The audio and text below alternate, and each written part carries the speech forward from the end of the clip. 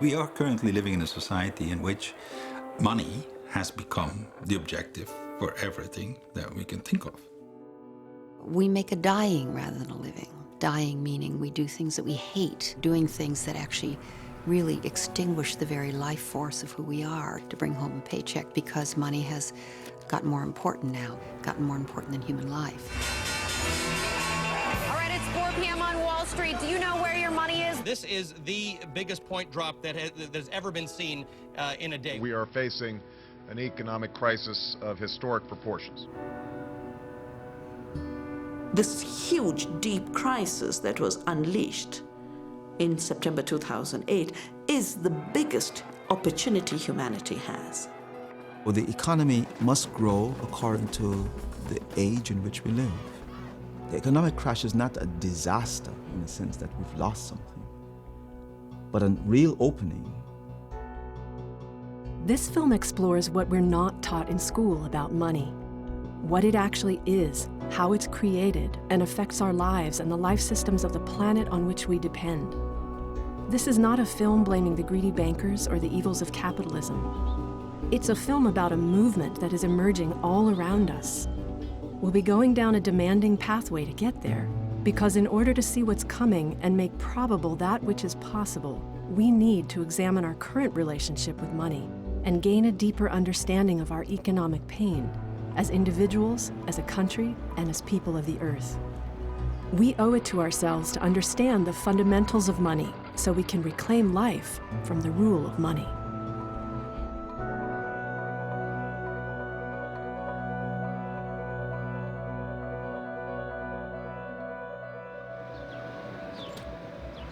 Over the course of a couple of years, I ended up in $47,000 worth of debt. This was all pure credit card debt.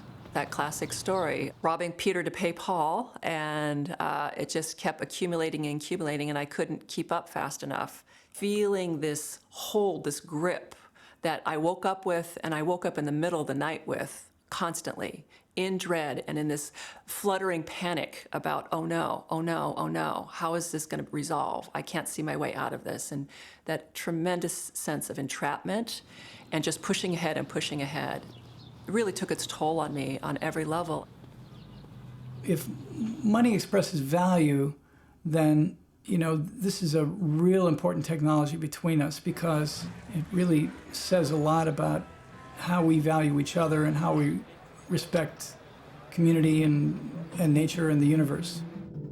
We swim like fish in the water of money. We need money for our existence, but we so rarely question it.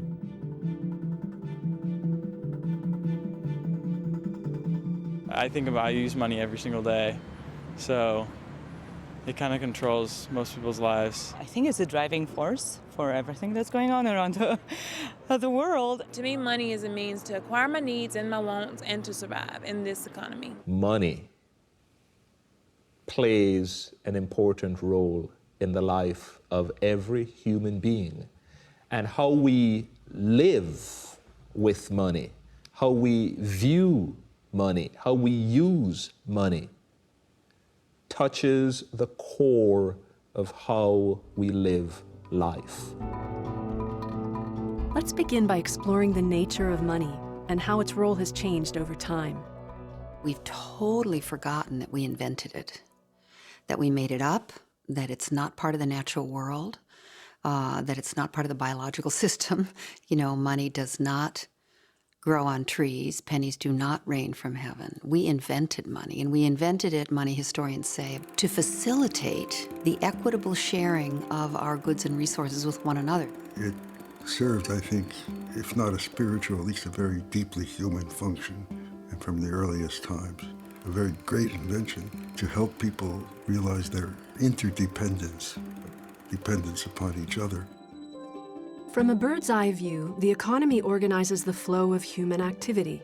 Goods and services circulate throughout society to satisfy human needs and wants. And we created money to facilitate that flow. The circulatory system is a good metaphor for the financial and monetary system. You know, blood carries nutrients to all parts of the body. And the purpose of a monetary system is to carry value to where it's needed. The language of the financial system is hydraulics, liquidity and the valves and the pressures and velocity of money. All of these things are about a fluid flowing through a very complicated plumbing. When we talk about currency, if you think about that word, it's an interesting word. It's about flow. It's about a current. It comes from the Hebrew verb lazuz, to circulate.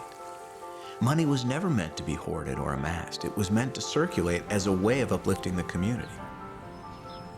It used to be realized by every community. Anthropologists tell us this, and students of economic history tell us this, that in local communities, and you still find this in many indigenous cultures across the world, the expression of exchange between people reflected not only their regard for each other, but it reflected the intrinsic worth of that object as coming from the earth, and also as being blessed by a Godhead or a spiritual principle that honored the community and honored those two individuals who were making that exchange. In many ways, I think money has become a substitute for kinship, a substitute for a felt sense of reciprocity and interrelatedness that human beings had for thousands of years before the invention of money. The structure of societies in the past, their emphasis was on art, pleasure, culture, spirituality, family, etc. And money was just one of the multitudes of the things that they constitute. Never before in history has money taken such center stage. In the ancient world, when money was less center stage and religious life more central, we minted coins with images of the gods and goddesses and symbols of nature. Then the Romans came along and they started making gold and silver coins. But their image on the coin was no longer the gods and goddesses and the symbols of nature, but of Caesar, of the power of man on earth. And that was the beginning of the shift of money from being connected to something kind of sacred and mystical to being more representative of the power of the state. In the Enlightenment era of the 18th century, as our capacity for rational scientific thinking developed, displacing the rule and authority of the church, man's power on earth intensified. The way they started to reason then was that there is this world out there which, if God created it all, was a machine. And it was something that had observable laws that you could detect. And then once you had observable laws, you could then manipulate this machine to do as you will. There was no longer the sense of relationship with creation. We were somehow no longer created, but we were different. There was now this nature out there which was different from us. This leap in human consciousness gave birth to the Industrial Revolution and a whole new age of human economy. Before this time, our daily needs were met through home production and mutual giving within communities, and we used money only on occasion. Coming out of that, when we moved off the land and into factories, when we moved into the Industrial Revolution, that's at the point when we really became fixated on, I need money in order to survive. Cheap energy and machine production in the industrial age multiplied human population tremendously. As societies grew, so did the market economy, and money as the lubricant of the economy ascended into everyday life. Over time, what happened was money took over not as a means, but as a measure of wealth. And slowly it started to displace the real wealth creating capacity of people. And it also started to displace the real wealth creating capacity of nature, because those are the two places where actual things are produced. Our lives have become more monetized and commodified than I believe any other culture ever. Money is in everything. Even like a generation ago, there were a lot of functions that we didn't use money for. For example, childcare. Neighbors would watch each other's kids. Food preparation. Most meals were prepared and eaten at home. And if you go back 100 years, people didn't pay for entertainment. They sang songs themselves. People didn't pay for adventures. Today, kids will have kind of fake adventures with online adventure games. So we've converted all of these relationships and human functions into services, and then converted more and more of nature into goods.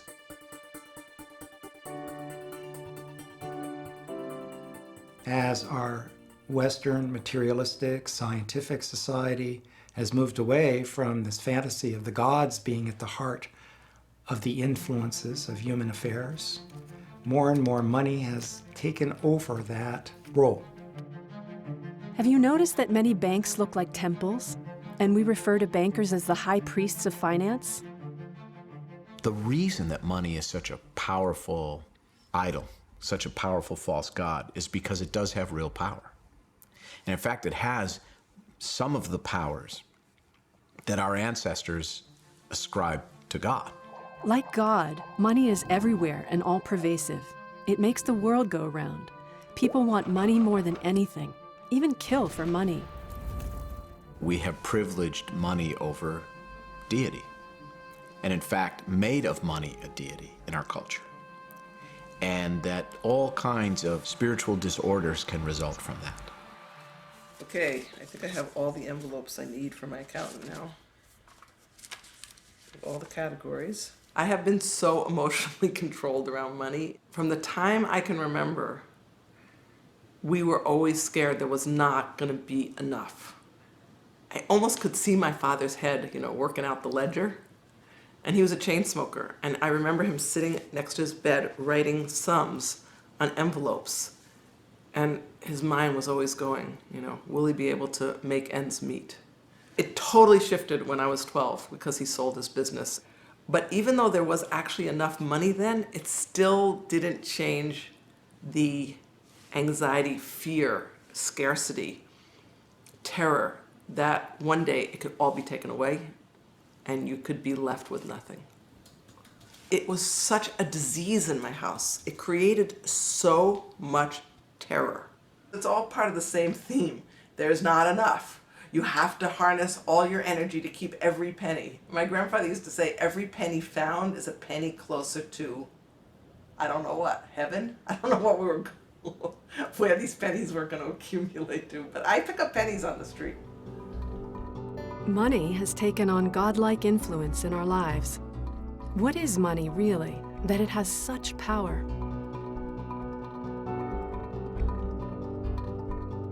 What is money? Money is it's the thing that basically can buy you happiness in this world. It helps to get the things that we need from day to day to survive. Other than the root of all evil, money is an incredibly handy thing to have that, I don't know. I have no idea.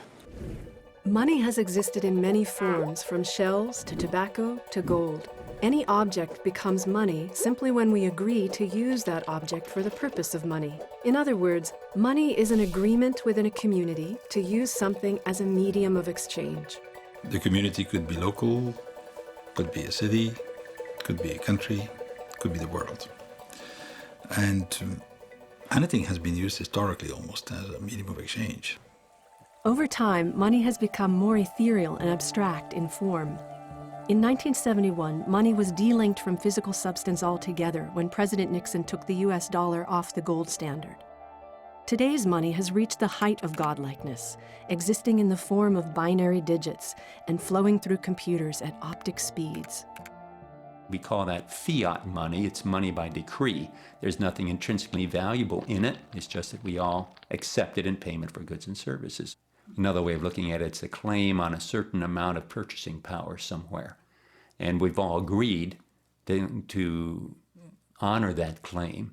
If we cease to honor the claim, then it will cease to be of any value to us. Of course, that's true of any money. But gold or tobacco has intrinsic value, and so consequently, even if you decide you're not going to honor my payment in tobacco, I can still go smoke it or sell it for something. That has intrinsic value. Our current money supply has no intrinsic value whatsoever. It's just purely agreed upon social institution. Put simply, our money today is faith-based. How does that work?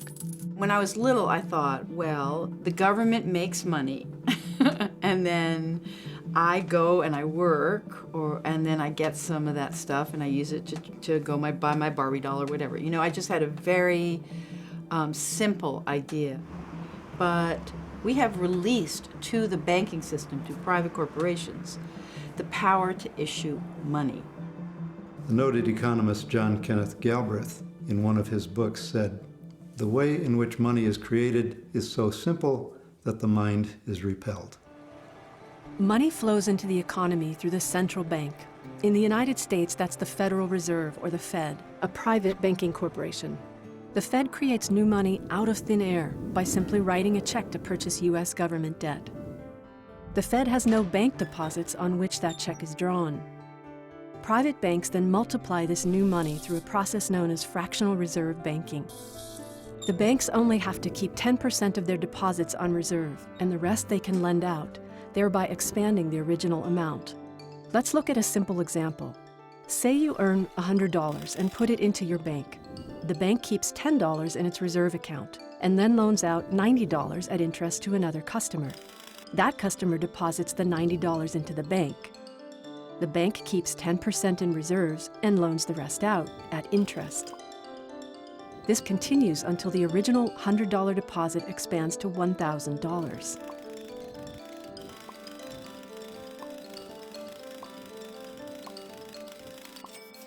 This process can be confusing, so don't worry if you don't get it at first. Most people don't.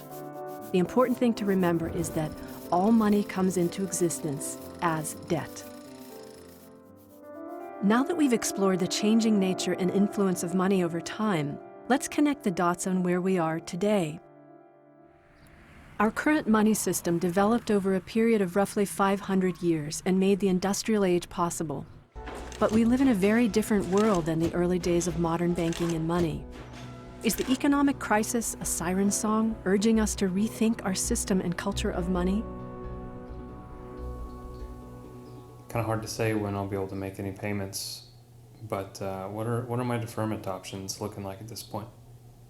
I'm personally in debt. I've got about $50,000 that I owe to the government and other loaning institutions for my education.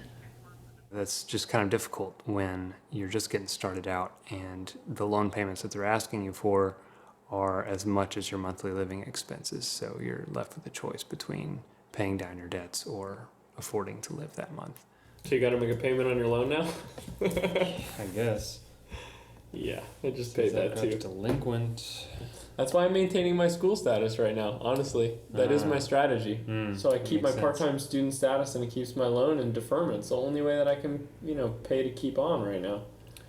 I mean, we're both stuck with a whole bunch of student debt, and we're not wanting to just go back into the same system that produced our own personal situations.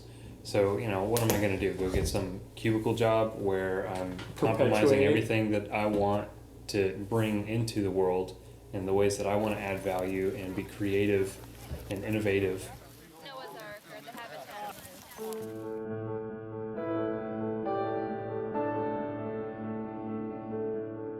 When you have a system by which you're creating money as debt when a bank issues a loan, you get into some very pernicious dynamics. Because when the bank issues a loan, it issues only the principal of the loan, the amount of money that corresponds to the principal of the loan.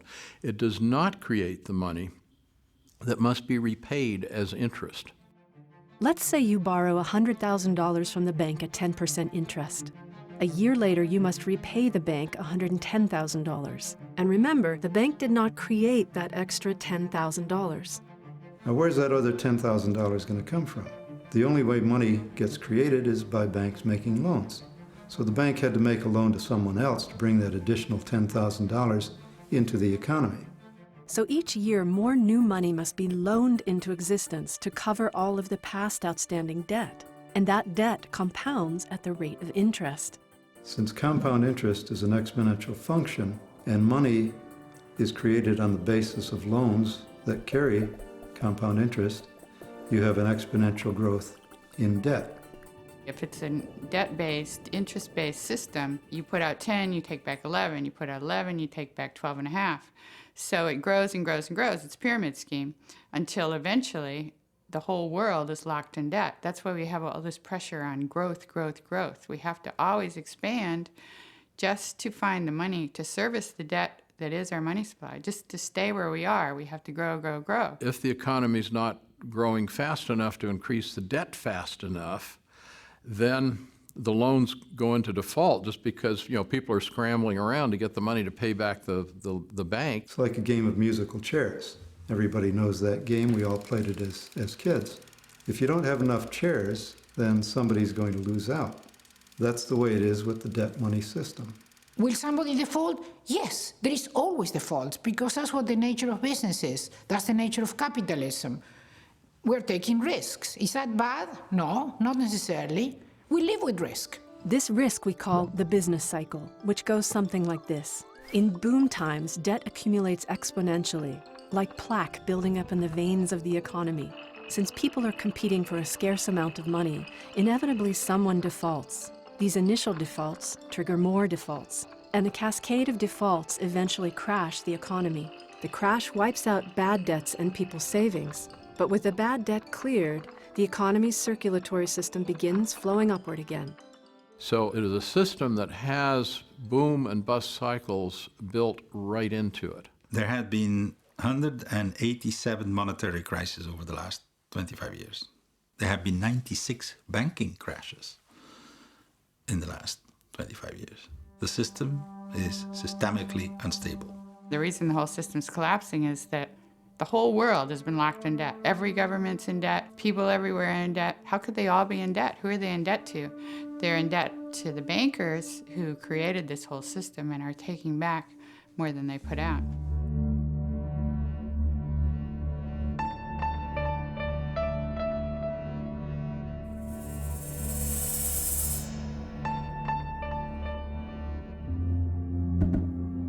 Something's wrong with the design, and the design is terminal, in my opinion, because we cannot grow debt to infinity.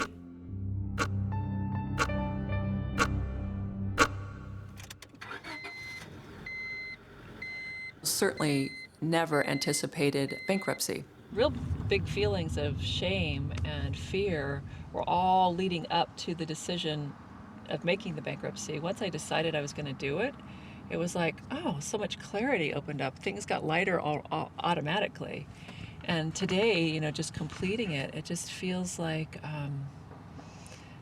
one, it's not nearly as dramatic as you would think. Being in a courtroom and figuring it out, it's just like just another person on the docket. And there's so many of us these days. It's just remarkable. Even the man who checked me in was telling me that it used to be once every 6 months, and now it's twice a week that they're doing bankruptcy cases.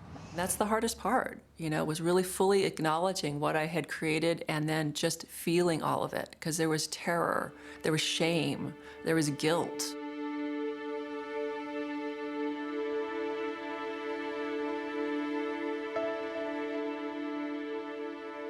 Money was taken to another level of privilege when the entire modern economy was created on the basis of GDP and gross national product. Following the Great Depression and World War II, we created what is known as gross domestic product, or GDP for short. GDP refers to the dollar amount of goods and services produced nationally. Today, we look to GDP like a thermometer to measure the well-being of our societies. What we get into as we're just pursuing the growth in GDP is the faster we take useful resources out of the environment, run them through the economy, and to dispose of them as toxic waste into our air, water, and soils, we count that as progress, irrespective of whether that economic activity did anything to actually improve the value of people's lives. Simple example is a train wreck. Train wreck is good for growth. First of all, the undertakers get some work, but also then you're going to have to build new train cars and new railroad tracks and so forth and so on. That's literally how we measure growth now. I think that the crisis today stems from the fact that there's almost nothing left to convert into the realm of goods and services. Anytime something gets converted into goods and services, the GDP grows, the economy grows. How long can this last? How many more fish can we convert into a catch, and how many more forests can we convert into board feet, and how many more relationships can we convert into services? There's almost nothing left. We still haven't connected the dots between interest rates and climate change. We haven't recognized that in a debt-based economy, we have interest rates that are created. That means that there are loans that need to be paid back. In order to pay those loans back, then people produce too much, and people consume too much. Our whole environmental crisis is a consequence of an economy in which, in the aggregate as a species, we are consuming faster than the environment can regenerate. Our entire economic system, fueled by the financial system, despite all of its great achievements, and I'm a capitalist and I'm a believer in free markets, this is the system that I believe in, but it has some very, very fundamental systemic inconsistencies with the reality that we live on a finite biosphere. Whether it's climate change or the water crisis or the soil crisis, all of these crises are symptoms of essentially us breaking through the safe boundaries. And that puts into question the whole premise of our ever-expanding system. And it's not capitalism versus socialism. Communism was an expansive system. So this isn't about politics. This is about physics. Say we have a planet, and we can either liquidate planet Earth right now for $60 trillion for maybe 10 years, so $600 trillion. Or we could live on Earth in perpetuity for maybe $5 trillion a year. Economically, the rational choice would be to liquidate it. I mean, it's absurd. You think we would never do that, but as a matter of fact, we are doing that. It's not a conscious decision, but that's the sum total of the logic of interest. So we live in a system that's growing at a compound rate on a finite planet. I mean, are you guys all freaked out about that? Seriously, do you sit around thinking about where this is going, or does that seem like a problem for the next generation? Anybody freaked out? No one looks freaked out. You're freaked out.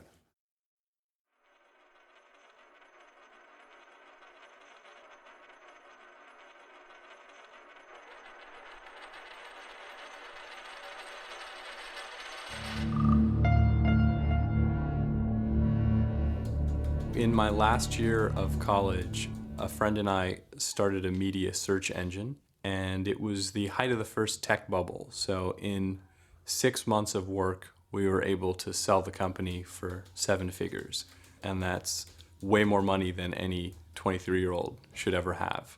A lot of it was denominated in stock options, and so it was still virtual wealth, but that was enough for us to catch the greed bug.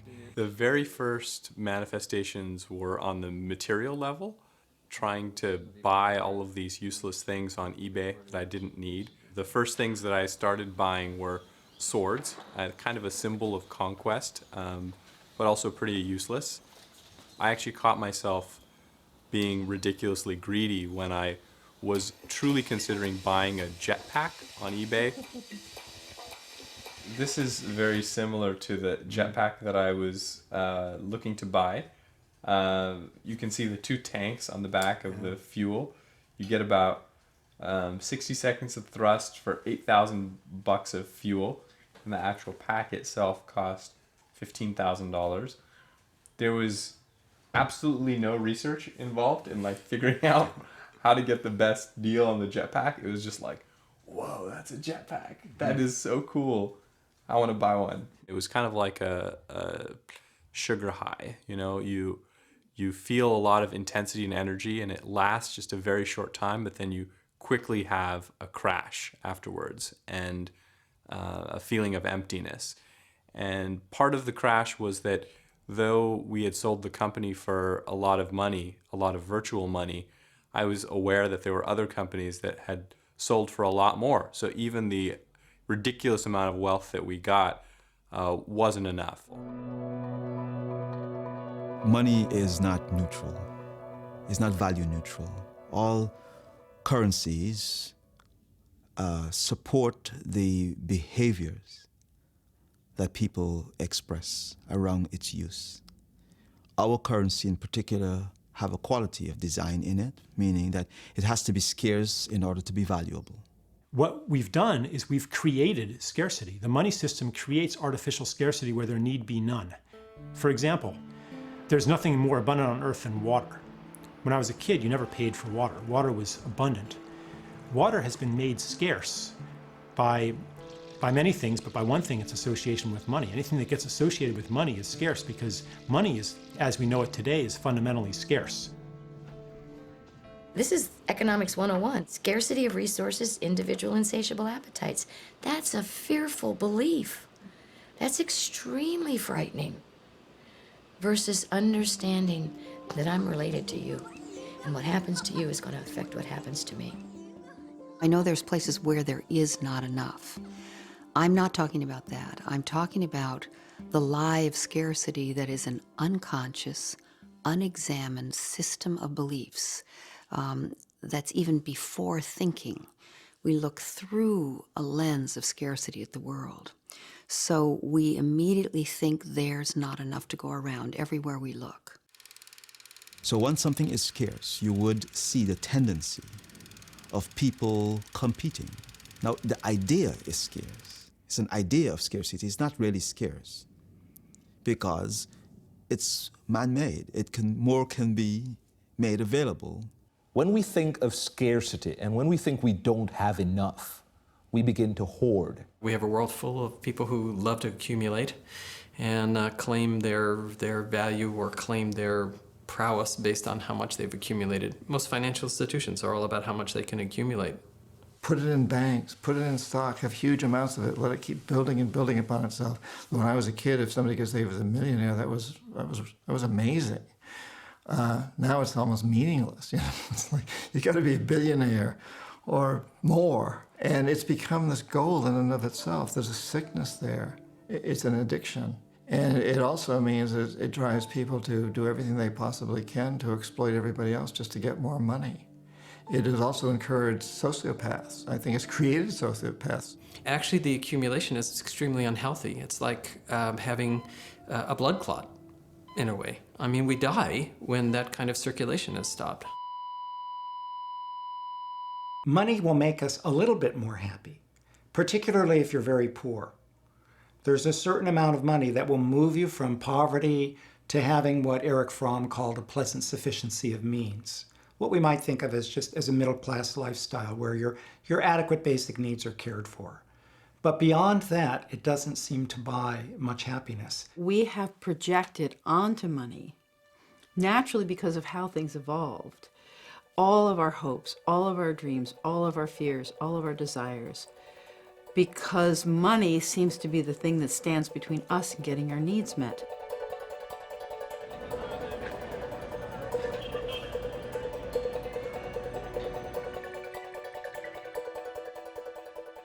When I have a little money, I feel better. I really do. When I don't, if I'm stressed about money, I'm exhausted. I know I can eat if I have it. I know it'll keep me comfortable. Money is everything. You have to do everything with money, so money is everything to me. We swim in this environment of an unreal substance that mediates, we think, all the exchanges that we'll ever have to make in order to survive. That is a situation of desperation.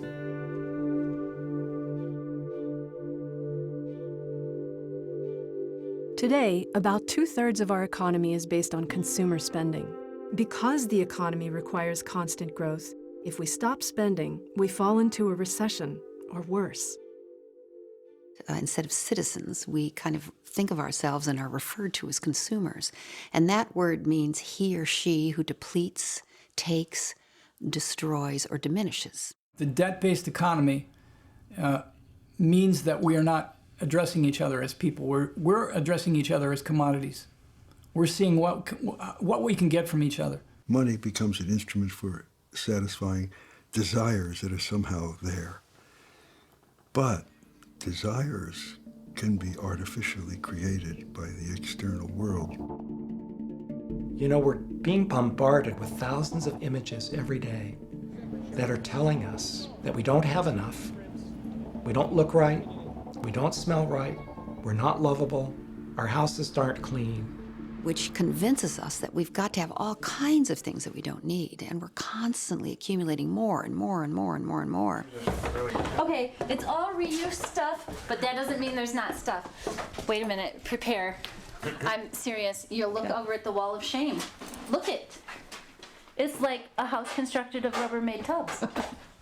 Bob and I were getting married and combining households. So you put the stuff all together and say, Now, where are we going to put this? You just see all of this. You're lugging it, you're carrying it, you're figuring out what to do with it, and it just seemed obscene. That's the word I keep using. It just seemed obscene, like all this stuff that maybe we would use, maybe we used it once, like maybe it was camping gear, and we only camp never.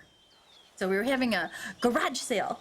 We have tables and tables of stuff out in the garage, and I'm looking at it, and I just got this feeling like, ooh, I don't even want people to know that we have all this stuff.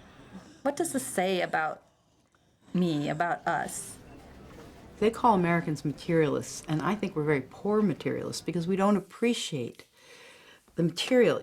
The real materialist has the experience of pleasure in relationship to stuff. But what we have is some frantic process of moving as much stuff through our lives as possible in a desperate search for a sense of security and a sense of value and worth.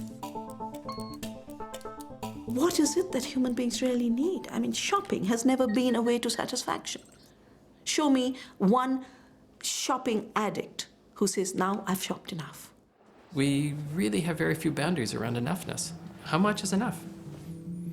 I mean, you ask everybody that question, and there's no limit to how that gets answered.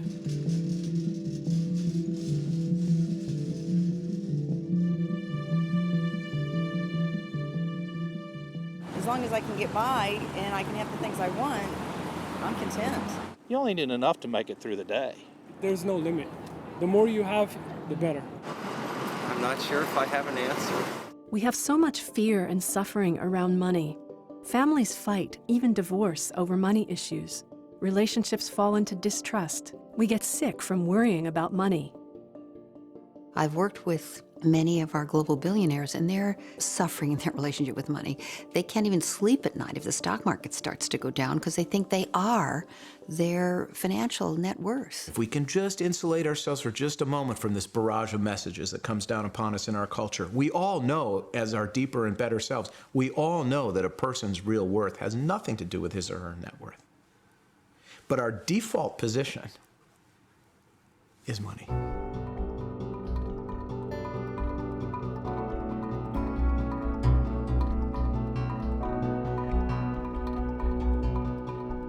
To say capitalism is evil, I think, is naive because it's taken many different forms. It's a chameleon. Some of them have been relatively successful, others have not. The form we have today is what I call predatory. And I think it's a mutant virus. It's spreading like wildfire across the world. I've always referred to it as a global casino. And that's exactly what it is. And it really began to gather speed when President Ronald Reagan in this country and Margaret Thatcher, the Prime Minister in Britain, in the 1980s, they started deregulating everything. Both Reagan and Thatcher were advised and greatly influenced by economist Milton Friedman. Friedman was the leader of the Chicago School of Economics and a loud champion of what is known as free market capitalism. There's three principles. One is that the only goal of business, the only responsibility of business is to maximize profits, regardless of social and environmental costs. Two, businesses shouldn't be regulated, or regulation should be minimized because regulations get in the way of making profits. And three, everything should be run by private business. The doctrine of free market economics believes that markets behave rationally and efficiently because the people that make up the markets act rationally to maximize their self-interests. In other words, markets are inherently self-regulating and spread prosperity best without government interference. This so-called rational market theory took its cue from the Enlightenment era's scientific paradigm, which reduced humans to rational separate parts, operating in a purely mechanistic universe. The 1980s brought in a new economic paradigm. Reaganomics was the popular name for the economic policies of President Reagan, which included widespread tax cuts and deregulation of domestic markets. Otherwise known as trickle-down economics, the theory assumed that benefits given to the wealthy trickle down to the needy. The Federal Reserve, in the presence of bubbling inflation that was scary and prices rising out of control, took a hard turn to the right. And by that I mean In the 1980s, it shifted its emphasis in favor of capital, that is, finance, banking, and away from labor, and by labor I mean working people in general, wages, the robust economy that allows wages to rise and spread prosperity more broadly. These changes in regulation and policy transformed corporate culture to the single mission of maximizing profit. Over the next few decades, corporate monopolies swallowed up small businesses, and manufacturing moved to less industrialized countries, where labor was cheap, natural resources less tapped, and environmental regulations less strict. I actually am a fan of free enterprise and what I would qualify as true capitalism. What I believe we are experiencing in this country is we actually have an overstory of global corporate interest guiding policy. That's not all bad. We have a global market. A corporation is quite efficient at distributing money and credit and products and services globally. But it's been at a very high cost to local economies. It's like what we would call in agriculture a very unhealthy monoculture, directed from central banks and from the pinnacles of society, with no real understanding of what's going on the ground. The Wall Street financial institutions have become, to use a computer analogy, essentially the operating system of the society.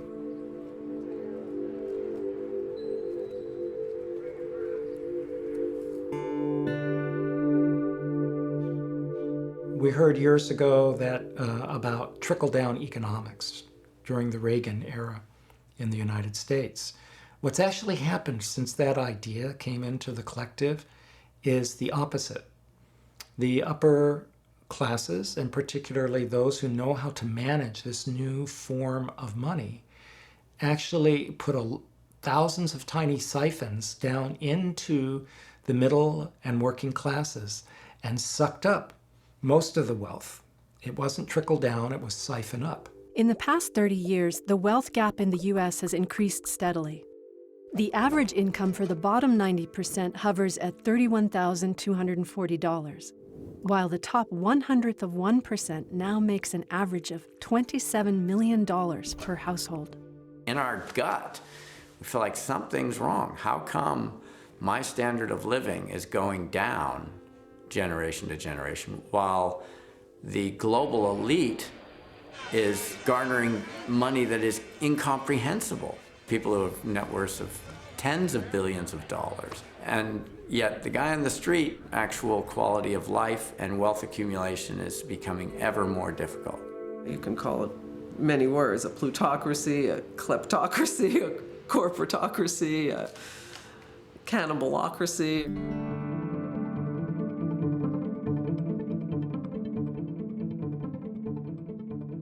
I was working particularly in a slum near Gandhi Ashram, and I'd met a guy in the slum who was better than me in every possible way. And he was smarter than me, he was harder working than me, he was even more compassionate than me. And the only way that I was better than him was that in a single year I would make more money than he could make in 5 lifetimes. And that was incomprehensible to me. Here was this person who, by all of the metrics of the world, and even metrics that the world doesn't appreciate, like compassion, he exceeded me. And yet in this one dimension that we try and funnel every interaction and transaction through, which is through the lens of money, he would never be able to reach my level.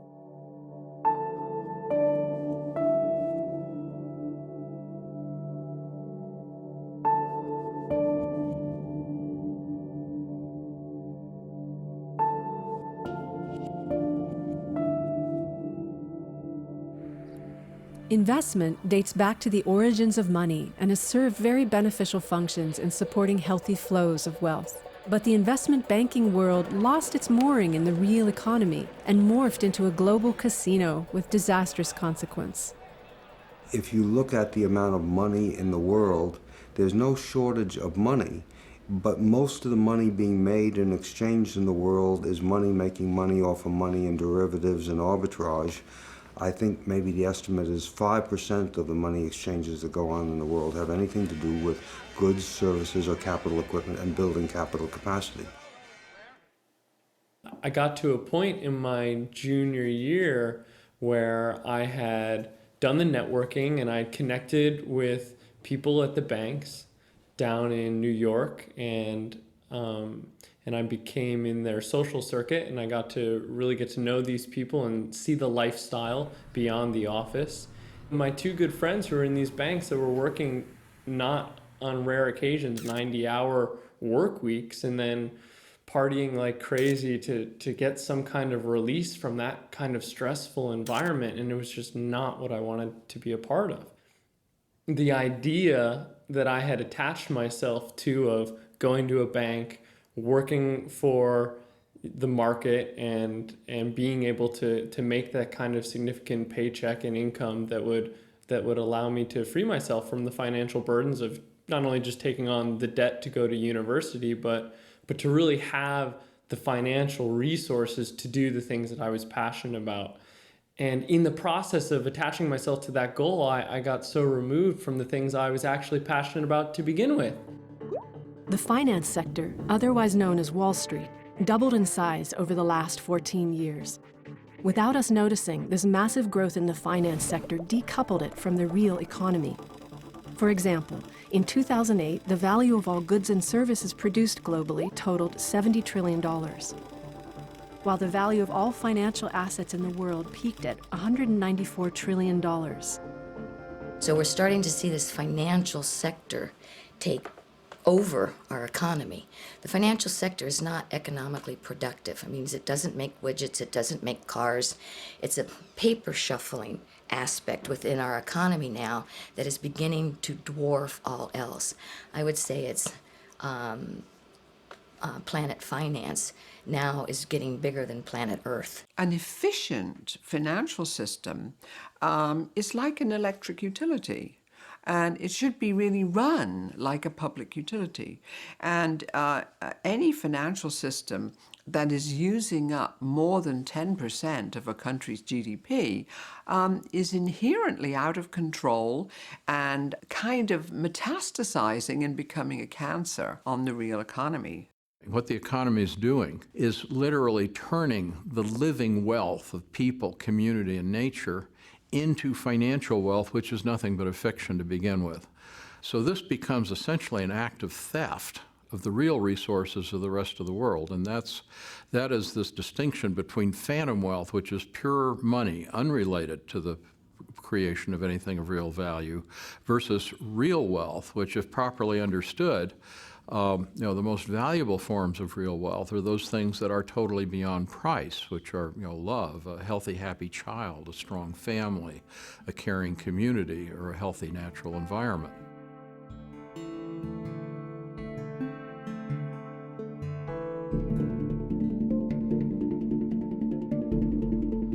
The financialization of the economy in the 90s intoxicated the entire country with the illusion of easy money. It was only a matter of time before the finance industry developed new money-making instruments that promised even higher returns. These financial instruments, such as derivatives, launched a new realm of borrowing and wealth creation that inebriated the country even more. Agonized investors sent stocks plunging once again Wednesday.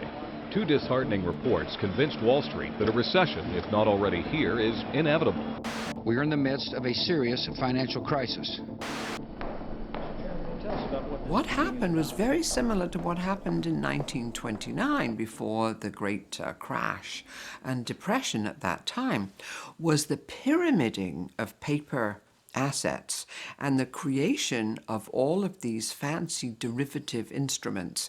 And a derivative just means that it doesn't have, this piece of paper doesn't have any real value, but it's based on the value of something else that's real on the ground. Derivatives made the market more efficient by making it easier for banks to manage their risk. But the new instruments opened the floodgates on the global casino, simultaneously eroding market stability. The immediate cost of the financial crisis was the treatment of money in the housing market. We took huge bets, the banks, even the government, and certainly the people. If you go to Las Vegas, they don't let you play unless they know you have the money to pay. Well, if only the financial institutions had followed the Las Vegas way of doing business, we wouldn't be in this situation. The financial casinos surged out of control with bets so large they boggle the mind. The investment banks placed bets that were 30 to 40 times larger than the amount of money they had. It's been estimated that the size of the derivatives market is $650 trillion or even more.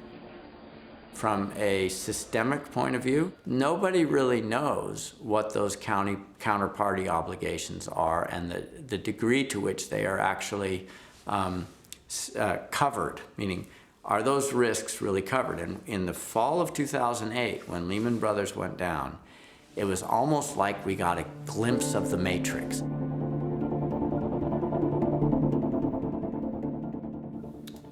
In 2008, after having a whole year of premonitions that I should make some changes, because I knew for the whole year of 2007 that I wasn't comfortable with the stock market, and I didn't know what it was because I didn't understand how my money was invested. I just trusted these two women and I said, okay, they have what's best for me at heart. It never really got in how this money was being made.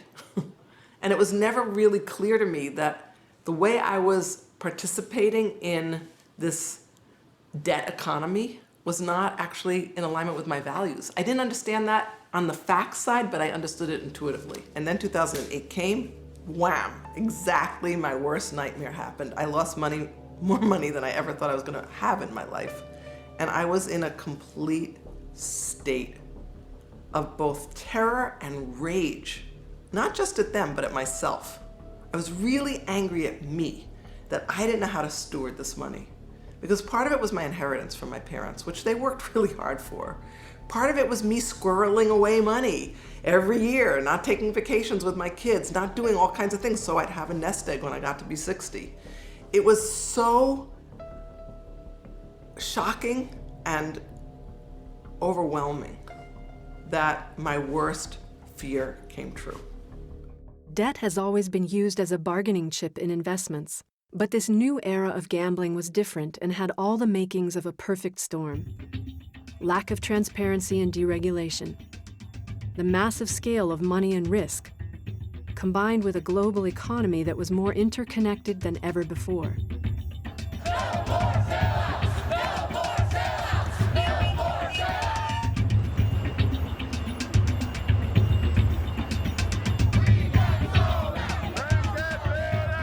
The anger is justifiable anger at the hoax that we've been participating, in a giant Ponzi scheme, basically. I would say the Occupy Wall Street and the Occupy movement more generally is, from a social science point of view, a kind of long-awaited response to a period of financial shenanigans, basically. Financial malfeasance and criminal activity captured government, which crashed our economy. You strip away all of the complicated details of finance. This is really a problem of democracy. We've learned in the last couple of years of crisis that the Federal Reserve is inescapably political. And when I say political, I mean it decides really large questions for all of us. And it does that generally behind closed doors, without consulting the public, without accountability to the public or our elected representatives. And that's wrong. That's just wrong. It's wrong in a country that claims to be a self-governing democracy. We have hit the limits to a system and culture that idolizes money over human relationships and disregards the natural world that sustains us. And besides, do you really want to continue living in a world that values money more than life?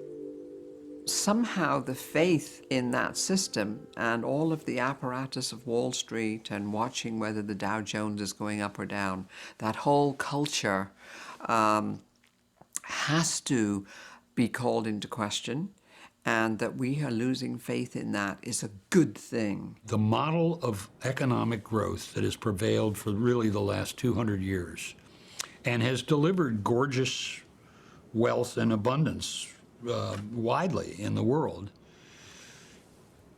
is profoundly flawed and destructive at the same time. And it cannot continue. Cannot continue. On the surface, it creates a big, scary monster, but underneath, I think, actually, it's a blessing. Underneath this is, I think, the yearning we all feel deep down, that there is something better for humanity. Now that we've uncomfortably, but necessarily, peeled back the layers on our financial tangle, let's look at the opportunities and changes growing out of this time of crisis. A time in which real answers are not readily available because solutions from yesterday simply aren't adequate for the world we live in today. We are moving through a great transition in human history. It's the end of the fossil fuel early industrial age, and the post-industrial information age has well begun. As conventional top-down solutions offer no sufficient remedies, we, the people, are acting to create new flows of well-being for humanity. We are telling a new story about who we are and what's possible. I tell the story of a more beautiful world. To me, that's part of a new story of money, and more broadly, a new story of the people. So I think what's happening now is that humanity's entering into adulthood, and the crises that are converging together at our time, in a way, they're the coming of age ordeal that one must pass through to enter a state of adulthood. This means that we really have to re-perceive everything. So one day I had this really amazing experience. For one long moment, all of the structure of the world of money and my beliefs around it, of worth, of who has it, who doesn't, just dissolved. Instead, I was breathing and being in a world where there was so much beauty and so much abundance and so much support and so much reciprocity. It's like I could just tap into this universal, life-giving reciprocity that I was a part of, that moved through me and just flowed. So I just wanted to take a moment to go over what we talked about. Since the time of my bankruptcy, I've been a lot more aware of the currents, the flow of my life, and playing with different payment models for my work. I've experimented with quite a few. And what's important to me is this reciprocity now, how I get to give, how I get to receive, and how the people I'm with also get to do that. So for example, I offer a pay what you can and pay it forward option to my clients. And all that means simply is that you pay what you can comfortably afford given your budget, your life. You get to decide what that is. And then whatever the remainder is in terms of my standard rate, I invite you to agree and commit to sharing your gifts somehow to somebody else. I think we're all here to share our gift. And money is just one way that we give thanks for that gift. What I see happening in the world is globalization is our turn now to take our own species of lots of individuals and nations that have been in competition with each other and bring them together cooperatively as a global family. So we're learning in a lot of ways, and through the science of ecology, even in quantum mechanics, we're learning that this rigid distinction between myself and yourself and the objective universe just isn't true. And that shifts the paradigm of the world from a you or me world to a you and me world, where there's enough for both of us to make it at no one's expense. And that's a completely different relationship with life, with one another, and with reality. There's a maturation curve going on here. There's a youthful phase that's creative and competitive, and there's a mature phase in which the competition becomes friendly and the cooperation dominates. The explosion of digital technologies and social media networks are forging a new circulatory system for humanity, reflecting our profoundly interconnected nature. This new reality brings a fresh economic vision into the world that includes innovative systems of currency and a changing culture of money.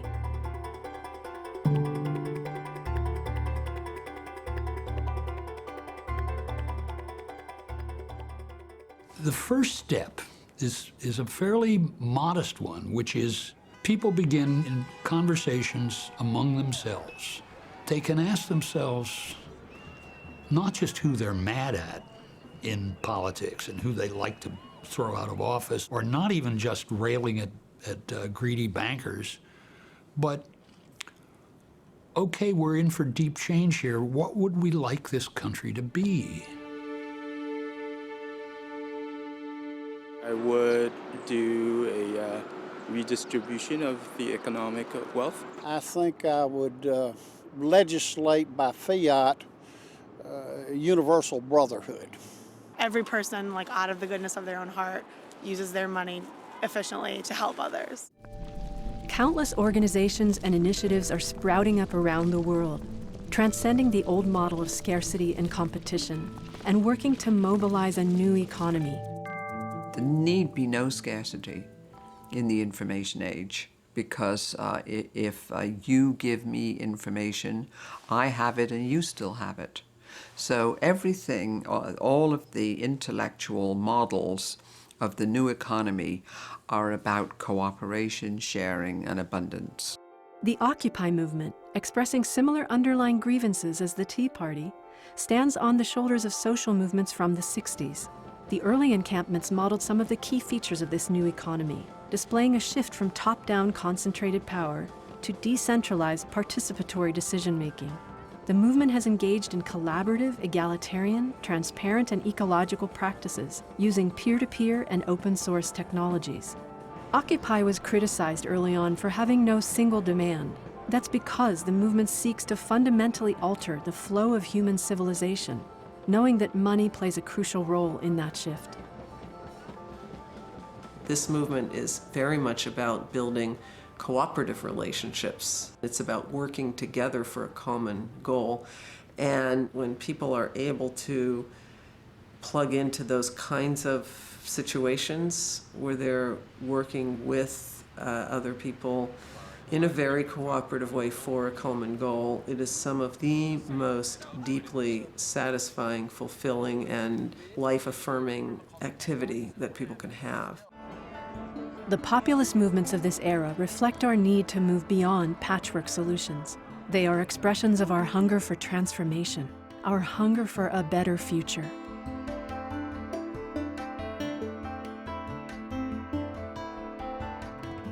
I don't want to get rid of money. Money is one of the most useful institutions humans have ever created. But it is useful and productive as a means of exchange when it is continuously directed into productive activity and productive exchange. Money evolved to organize the flows of human interaction within an economy. In other words, money was based on relationship, serving to connect human gifts with human needs. In our highly connected and fragile world today, how do we restore the heart of relationship into our systems of money? A healthy money system has to decentralize, and the money has to correspond to the actual valuable productivity that's going on the ground, and relate very closely to the actual value of the natural resources. How do we create a monetary unit that is democratic, accessible, and retains its value? Transforming the money system raises more questions than answers. Do we replace the debt-based fiat currency? With what? Who issues the currency, and how? Do we restructure and regulate the banking industry? What form and how? The issuance of money really needs to be a governmental function, and it needs to be managed in a totally accountable and transparent way. We need some real money out there that is not debt-based. Print some dollars that nobody has to pay back, pay some expenses with them, and get them out there in the system. What ought to happen now is a fundamental reordering of the financial system, and that means breaking up big banks and imposing real controls and prohibitions on financiers that will prevent this disaster from happening again. You don't have to bail out these banks. You don't even need those banks. We don't need them at all. We can set up our own banks with pristine set of books, and now you've got a bank, let's say it was Bank of America. Now you've got a bank in every single town that's actually a Bank of America. In other words, it's literally a public bank, a bank of the people, owned by the people, serving the people, that's like nonprofit. There's nothing so esoteric or extreme about this. This is the kind of banking system we had when I was growing up. We called it a unitary banking system. For the most part, banks, a local community bank was not even allowed to have a branch. So it really kept the financial power decentralized and rooted in a community. In addition to restoring old healthy forms such as public banking, there is a dizzying array of innovation raining down on the soil of this emerging economy. We are seeing new models of banking, new financing, lending, and payment platforms. Our innate creativity, aided by technology, is reinventing finance, banking, and money from the ground up. The economy of the 21st century has to look way more diverse. The model, the picture that I use is one of biodiversity. So if you look at the federal currency as a monocrop, right? If there's a blight in a monocrop, the whole farm is lost, right? If you have a diverse set of crops and you lose one of those, you still have other means of growing food. Thousands of new systems of currency are being developed that work alongside national money and provide diversity to the monetary ecology. Sometimes called alternative or complementary currencies, the systems are global, regional, and local in scale, and vary greatly in terms of how they function and the purposes they serve. For example, community currencies exist based on different assets, such as local resources, or time, or volunteerism. Mutual credit systems, such as LETs, or local exchange trade systems, allow cashless trading amongst members. And sophisticated commercial trading or barter exchanges have been operating successfully worldwide for years. In total, these new systems are restoring democracy and resilience to all layers of the economy. When you realize that you have taken on this amount of debt at this stage in your life, and you realize that the debt situation and scenario is, one, not an uncommon situation for people our age and our demographic, but two, a systemic problem. When you put that together, you realize, hey, we've got to create our next step out of this. Coming from a situation like this, it's definitely a motivating factor to go and do meaningful work in the community, to provide new ways of being and doing and co-creating. We want to make sure the future generations aren't stuck in the same situation as we've found ourselves in. That's it.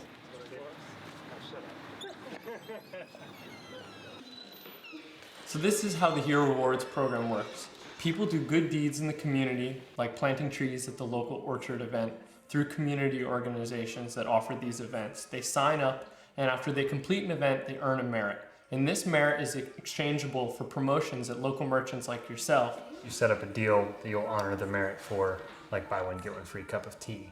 So with the system, we're going to do three things. We're going to support local nonprofits and doing great things in the community. We're going to get locals more local purchasing power, and we're going to generate more deal flow for local merchants. We see this system as one of many transition systems in the transaction world that's designed to lessen our dependence on the current money system. You know, the more and more people realize what goods and resources and value they intrinsically have inside themselves to communicate and to share with themselves and others, you know, that can be reflected, and that is what's reflected in this system. So that people can interact in new ways that aren't so dependent on how many little dollar bills we have printed and are outflowing at a given time, because that was just an agreement. We made it up, and we can do that again. I think these complementary community currencies, they will allow us to create a whole new system of exchange that will enable us to live a better life with less production of waste, with more harmonious relationships amongst people and amongst nations. We're starved of cooperation, we're starved of relationships with nature, with each other. And we can reactivate that by creating currencies that actually, in favor, provide incentives to go in that direction. So I think sustainable abundance is available. We just have to rethink our money. A democratic, trickle-up economy is unfolding, powered by people who want a world that values life more than money.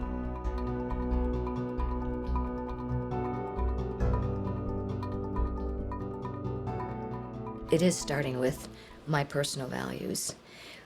I've spent time thinking about mine and what I care about and the kind of work I do and in how I conduct my life. I think we're going to have to come back to some basics. We have to look at how we spend money, how we save money, how we use money. And we have to become very political about those three understandings of money. I buy locally, I shop locally, I support locally because I care about my community. When I have to go outside my community for purchases, I look at corporate behavior. I want to see if they uphold the same kind of values I have. Values are going to be what get us out of this. This is very profound, and it's shown up in a number of different ways. Socially responsible investing, which is now 30 years into its evolution, is now over a $3 trillion marketplace where people are saying, I want my money invested consistent with my values and with mission and purpose behind it. The marketplace is democratic if we choose to make it such. And we've had tremendous success in the past. You know, we got rid of apartheid in South Africa because we refused to support corporations that contributed to apartheid. If a company was doing business in South Africa, the pension funds would stand up at the annual meeting and say, we're going to divest of your stock unless you get out of South Africa. And that actually worked. And I would argue that's probably the trigger that brought the end of apartheid. So the power of money and the power of capital can move mountains. How to do more local stuff like some of the funds that you described to me or some of the community banks. Real huge shift came when I decided to go to someone who was not with one of the big investment houses, really his own person. Everything in me told me yes. And it was so hard to trust that. I couldn't get corroboration from anyone. My family was all against me. My sisters thought I was nuts. My daughter was totally behind me because she knew that I was really upset that my values were not in alignment with my investment strategy. I owe this to my grandchildren. I have to be able to face them, or when I'm not here anymore, they have to be able to say, well, at least my grandma did something to make the world a better place, because that's what my parents did. We need to think more intentionally about what real investment capital flows into. That real investment flow is very much what will determine the quality or the characteristics of the economic system in the future. So, you know, to make it real simple, if real investment capital flows into building a coal mine, we have one set of 30 to 50 year outcomes. And if real capital goes into building a solar farm or a wind farm, we have a different set of outcomes from an ecosystem point of view. If everybody took that step today and thought about how you spent your $1, your $10, your $100, but you really begin to deliberately, in everything you do, look at how you spend your money or how you save your money. And does this really fit your values and how you want to be in this world? It's okay for business to make profit. It doesn't have to be based on the premise that Milton Friedman defined, that the only business of business is to maximize profits regardless of social and environmental costs. I wouldn't think, how's this decision going to maximize profits? But how is this decision going to affect my customers and staff and community and my relationship with nature itself? And I think that was really the heart of the success of the White Dog Cafe. We grew in sales to $5 million a year, and I feel like our success really was based on a different outlook about business and the role of business in community. Because for me, the purpose of business is to serve, and so our mission was to serve fully in 4 areas: serving our customers, serving our employees, serving our community, and serving nature. In the business world, especially in the United States, success is measured by constant growth, continual growth. And so I would sometimes think to myself, well, am I just a big sissy because I don't have a chain of White Dog Cafes around the country? But I realized that what was most important to me about my business was the authenticity of the relationships. And the cost you pay in growing larger is the weakening of those relationships. And I started thinking about how, hey, we can grow in other ways than material. We can grow by raising consciousness. We can grow by increasing our knowledge. We can grow by deepening our relationships. We can grow by being healthier, increasing our well-being, having more fun. That all these ways of growing in a non-material way, that became the way that I grew my business.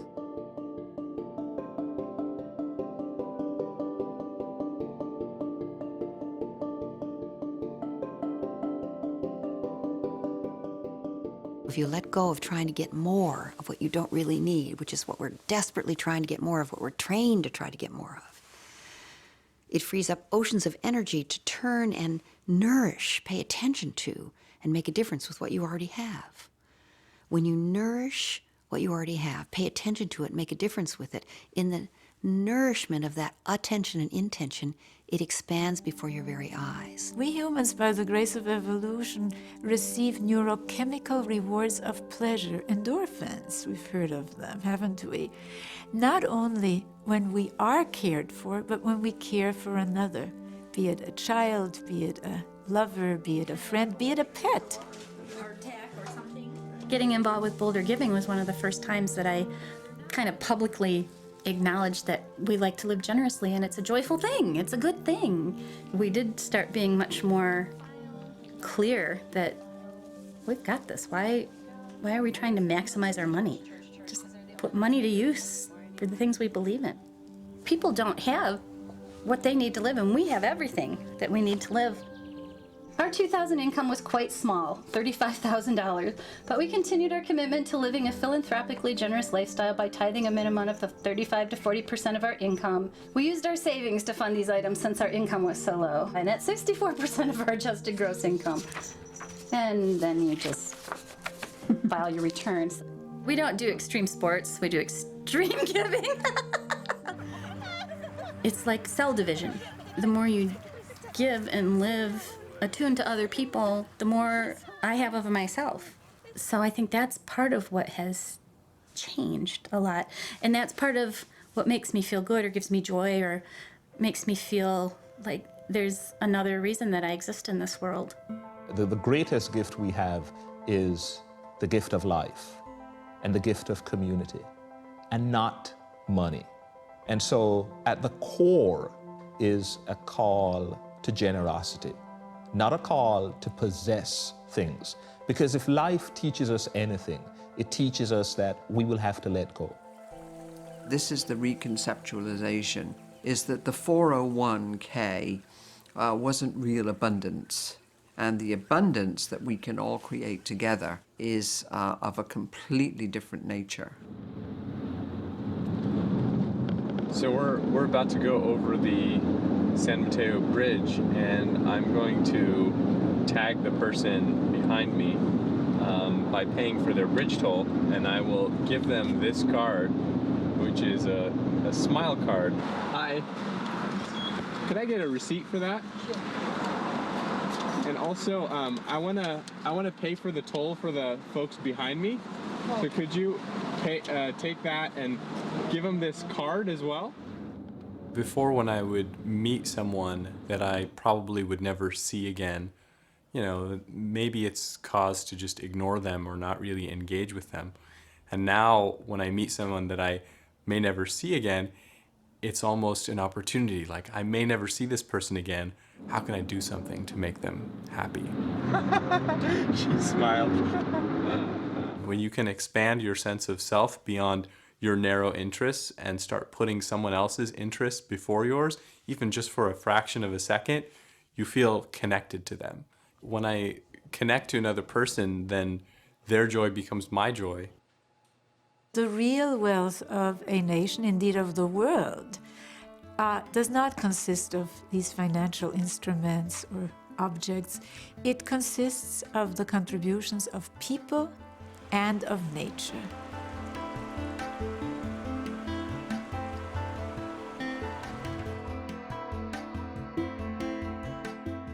family and love is what makes me feel wealthy, not dollars. What makes me truly feel wealthy is when the sun shines, when I had eaten a good bread, and when I can be near my love. What defines me is my relationships to the world around me, and so my relationships and my friends, and even the people that are not my friends, make me wealthy. The new field of happiness studies is revealing what we already know in our hearts. We exist to connect. So the wealth is the tendency of the human being to stand with each other, to stand for each other's potential in the world. This is wealth, when the economic flow is just. I do not believe in individual, insatiable appetites. I believe we are connected in a way that we care for each other. I do not believe we're going to run out. I believe there's a prosperity, a creativeness in being human. If we know how to align ourselves spiritually with our values, with our beliefs, in the energy around us, we are prosperous, we are affluent. The old economy of endless growth, fueled by overconsumption and greed, is dying. And a new economy, based on a new understanding of human nature and planetary health, is emerging. It's like a design revolution from top to bottom. And that ought to be fun, because everybody can be involved. Changes in the system and our culture are doable, but won't be easy, because change of this scale is inherently volatile and takes time, and will meet continued resistance from the ideology and institutions of the old economy. We feel in our gut that the world could be different, and each of us has a part to play in bringing it forward. This is clearly the most interesting time in human history. I mean, other times in history thought they were it, but they're wrong. This is it. This is the time in which there is such an acceleration of events, of shifts, of whole system transitions. It depends on how fast the new generation gets it. They're educating themselves. There are wonderfully instructive materials available now on the internet. And I hope this film will be part of that process of getting people to get that there are different ways of doing things and that there is nothing to stop us. My favorite Rumi poem ends with the line, "Why do you stay in prison when the door is so wide open?" Now is the time to come together as a people in our local communities and across the globe to debate and discuss, to innovate and experiment, to reconnect and regenerate, and reclaim our humanity in the story of our beautiful world. Now is the time to walk away from the false rule of money and undam the rivers of true wealth with money in service to life. The future is summoning us to live the world we know is possible.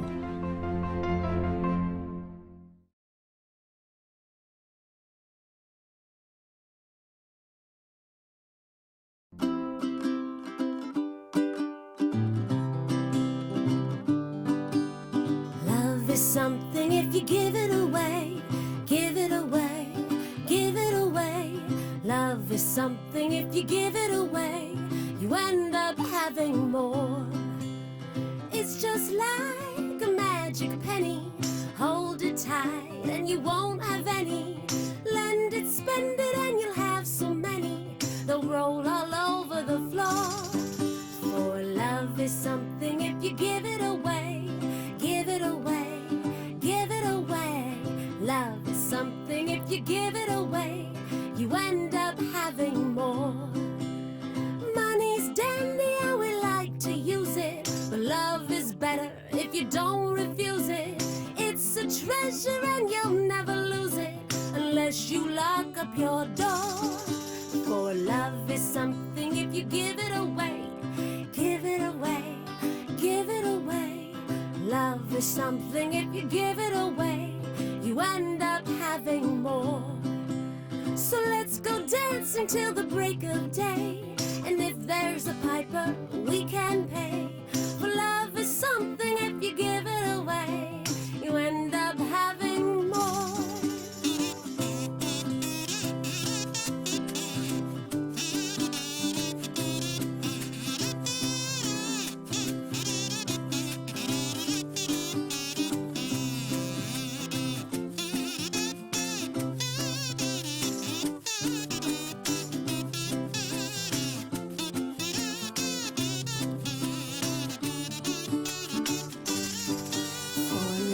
something if you give it away. Give it away, give it away. Love is something if you give it away, you end up having more. So let's go dancing till the break of day, and if there's a piper we can pay. For love is something if you give it away, you end up having